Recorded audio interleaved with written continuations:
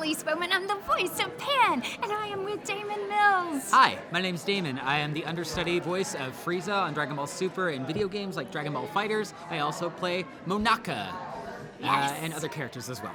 And this is Anime Adventures. Yay! Yay, exciting. Yes, and I talk to anime voice actors. So, coming up, I'm talking to this guy. Yeah.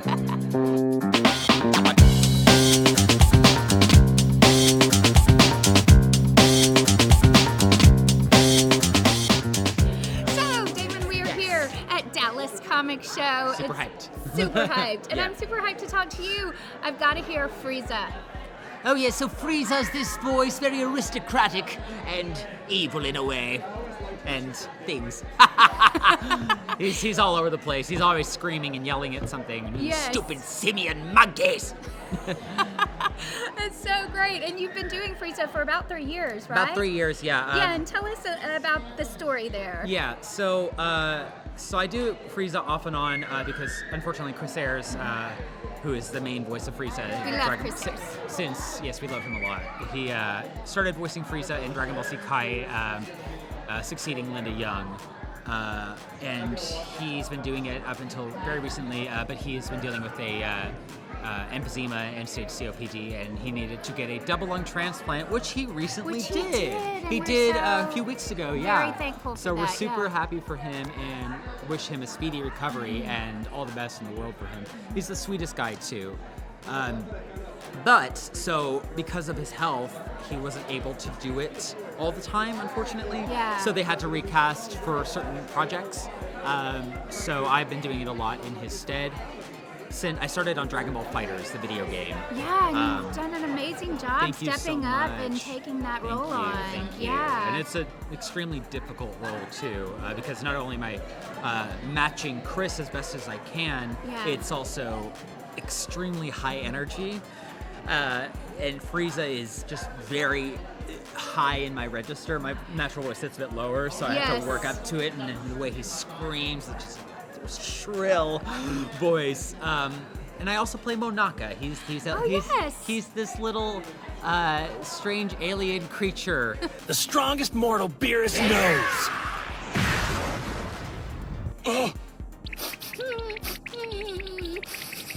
I want to hear that character. He's kind of a mouth breather and he sounds like he's just very sleepy and out of it all the time. Oh, and what are some other favorites that you have? Right. So. Oh, well, right Okay. here. Yes. Oh, yes. So this is from My Hero Academia. I play Mustard and Moonfish. They're a part of the League of Villains in season 3, and they're really fun. They're two because I got cast as Mustard and Colleen. And they're in the same group in the same few episodes, so it was kind of fun to be able to play two characters the In same. the same, yeah. Because How is Mustard's that? more in my natural range, but Moonfish, he's kind of like a growly kind of horrible tooth monster in a way. So very different, yeah. Just a little. Just a a tiny little bit. different. He like eats people, I think. So I mean that's Yeah. and yeah. So So not like you at all. no, not I hope not. So And yeah. then you have so many other great shows. Like Yeah, Nanbaka. yeah. Nanbaka, I played Jyugo. He's protagonist. He's one of the first things I did at Funimation. Really? Yeah. So he holds a special place in my heart. You know, same for Pan. Yeah, Pan is so good. Oh, you did such a good job. Oh, thank you. I love GT. It was awesome. Thank you. Now, what I want to hear you tell is how you got into voice acting in general, because Right. you were a fan first, Yes, right? I was a fan first. Yes. I grew up watching Dragon Ball Z and all that fun stuff. Oh, you and did? Yeah, so it was really, I don't know, I think I was in high school Uh-huh. and I just was kind of interested because I was starting to understand. I was like, okay, there's voice actors behind these characters and that's a job? Okay, cool. So I got interested in that whole industry. So I started doing a lot of self-research and study online, practicing, and made my own demo. I was talking to... Oh, you did? With your equipment at home? Really? Wow. Yeah. I mean, I would recommend getting a, professional made. I have other professional made ones now, but Yes. when you're starting out, I think it's perfectly acceptable to craft something to present to potential clients. Yes. Because there's so much nowadays with voiceover, so where you can do a lot of work online with pay-to-play sites, or you can do indie projects or whatnot, gaining clients from conferences. So and there's so many different markets with voiceover.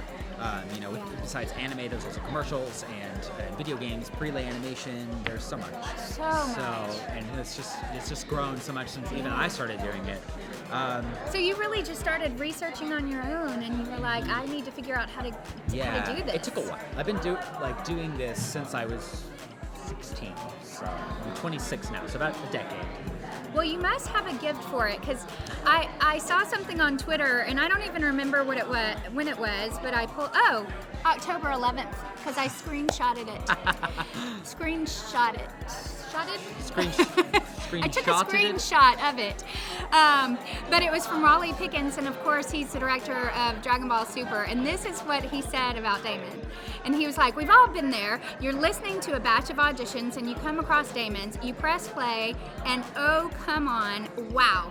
Then you call people into your office to show it off like you have discovered something new. He's too kind. No, like this guy, flattering. so talented. I love that. I remember seeing that when he posted that, and then when I found out I was going to be able to talk to you, I was like, I have to read that tweet. I think that's one of the coolest compliments ever. He's a very wonderful director to work with too, and he's very collaborative and just an awesome dude. So He is. I love I've known Raleigh. him I love for a long time. He's Okratron's awesome. just great. It's a great place to work. It is. It's a great place to work. Yeah, but I had started anime in New York actually. Oh, that's right. Yeah. So you were I've in New moved York? around so much. I worked in New York for a year or so. I worked on some smaller anime titles up there, and then I worked on Pokemon a little bit. Oh, you did? Yeah, just a little bit. I worked Okay. on one of the movies. I did like additional voices and some other small characters. Really? But So is that where you kind of dipped your toe into the anime world? yeah, so Yes. I was just kind of dipping my toes there, and then there's not a ton of dubbing work now in New York, so I opted for Dallas instead. And I had known some people down here. I had gotten my materials together. I'd sent my demo off to some people at Funimation. Sonny Strait, actually. Yes. He's one of the first people who received it, and he had passed it around. And he had given me a kind email back, and it encouraged me to move. So Now, did you live in LA as well? I have not lived in LA. I Okay. have flown out there to work. Oh, you've done work I've done there. Okay. this show actually. Saint Seiya: The Lost Canvas is a Netflix anime that I did. Oh, wow. I play Alone. I know his name's Alone. he turns into Hades. It's a whole thing. Okay. But I did that in LA. I've done some video game work in LA. Mobile Suit Gundam. Stuff like that. So Sorry, I didn't mean to distract. I No, just knew it's you just- had worked it's in convoluted. Like, yes, it's like very yeah, it's kind of all over the place. woven so. path. So then you eventually moved here? Yeah, so I eventually moved here, and I had been at Funimation for some reason or another. I think I went with a friend of mine, and Joel McDonald was holding auditions for One Piece Film Gold, and he had heard my stuff from Sunny or somebody, and he's Right. like, hey, do you want to audition? I was like, okay, cool. Yeah. And I got it. So that was my first thing, was a film. Really? Yeah. I played Tanaka in that one, and I recently did the new One Piece movie, One Piece Stampede. Oh, you I played did? Douglas Bullet, who's the main antagonist in that film, and he's Because Tanaka's, he's a really high, I can't even know how high it was. It's hard to get back super, there. super high kind of thing. Yeah. And then Douglas Bullet is He's really low. He's like a really kind of big man. Wow, you can go really low Yeah, in your it's- yeah. register. he's like a truck of a man. Yeah, I'm pretty versatile with my voice. Yeah, because some people are just kind of in this range, Mm-hmm. but you have a very wide range. Thank you, thank you. Yeah, that's very cool. Yeah, so that was really cool. That's my extent of my One Piece knowledge that was contained in these movies. It's so To those long. movies. Yeah, so it's just kind of trickled on from there. I worked on, I started Nanbaka not long after that. I did Yuri on Ice with Sunny. I did, and then the Dragon Ball stuff came not too long after in 2017. And do you just love it? Do you love what you're doing? I mean, I do. feel like I do. I'm very immersed in the anime In the culture. anime, yes. Yeah, because I work. Not only do I work. Oh, that's right. Yeah. So Yes. not only do I work on recording, but I also do some staff work as well. Knock this over. So I've been doing. So what it is, it's called time coding. It's ADR prep for the script writers, and what it is prepping the script with inserting time codes, character names, translation, notations, and all that, so the writer will have the bulk of that done, so that they can just focus on adapting the script. So I've been doing that for 2 years, 3 years, I don't know. It's funny, I saw him at a party and I didn't realize he did time coding, and I'm kind of fascinated by that. I think because of this show, like I time code in my own little way before an Yeah. editor gets it. And so I was like, I cornered him and said, oh, what does it mean to do time coding it's a for very anime? tedious job. It's not super creative. You do build in the reacts. Okay. So those are all the time coder, not the writer. So we put all those in. But And the yeah. time coding, like we were talking about, it's so important because from the time coding, the writers get it. Yes, And, and it also helps if it's a good time code script. It will help with efficiency in the booth. So if something's mismarked or mislabeled, or if a character name's mislabeled, it can mess up booking times. Or I actually also do assistant directing now. This is actually relatively new for me. I've been doing it for about a month or so.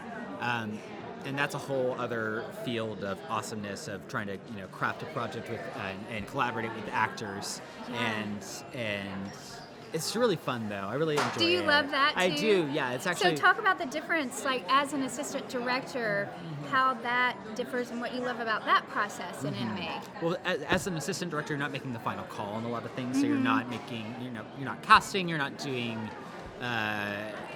all the hours of the show. You're only doing so much.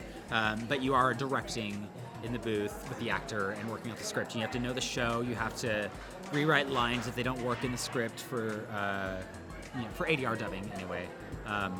And gosh, there's so much. You have to coordinate with like booking talent with the studio. You have to pick up logs and paperwork and paperwork and paperwork and paperwork. Yeah. Computer work. I don't know. It's so much. But I love it. It's been really fun. That's really cool. Yeah, so it presents its own challenges as well.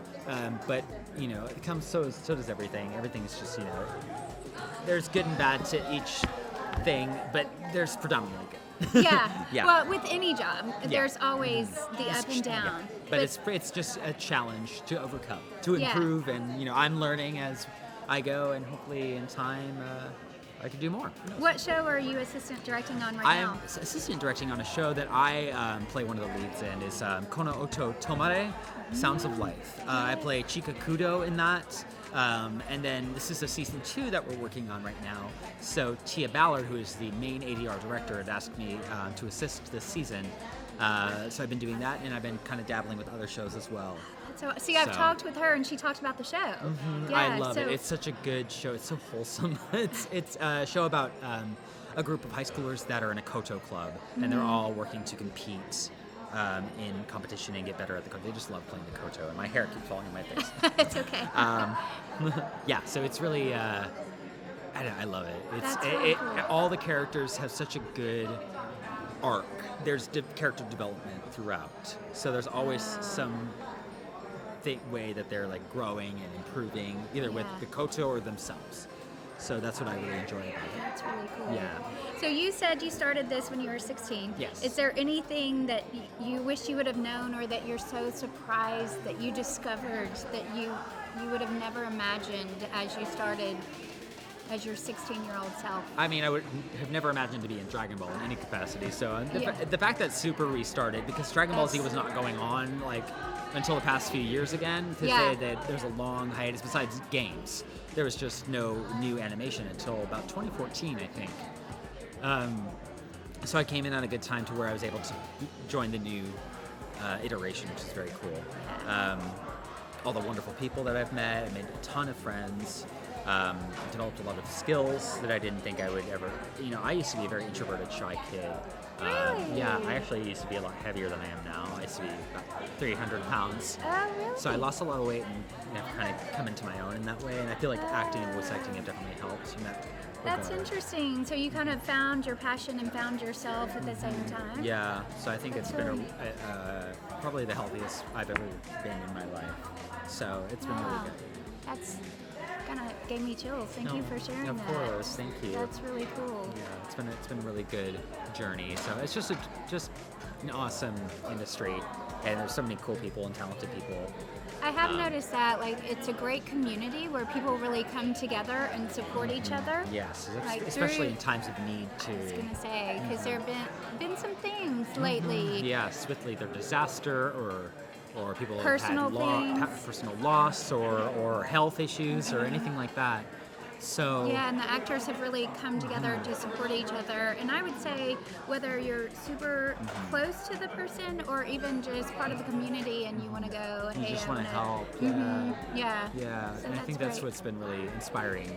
So yeah, moving forward from this, there's always so many things that I would love to do in my career. So I'd love to be able to do more video games or prelay or anything like that. There's always things that you can grow and improve on in this Yeah. industry. So there's a Agreed. world of challenges ahead for me, but also goals to meet and new things to do. So It's exciting. Yeah.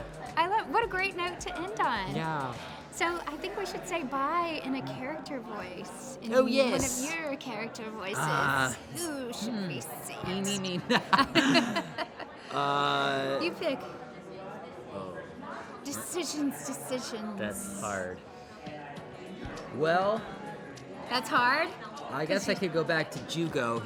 He's one of my first, so he's kind of like me, but just more cool, Oh, I like So, it.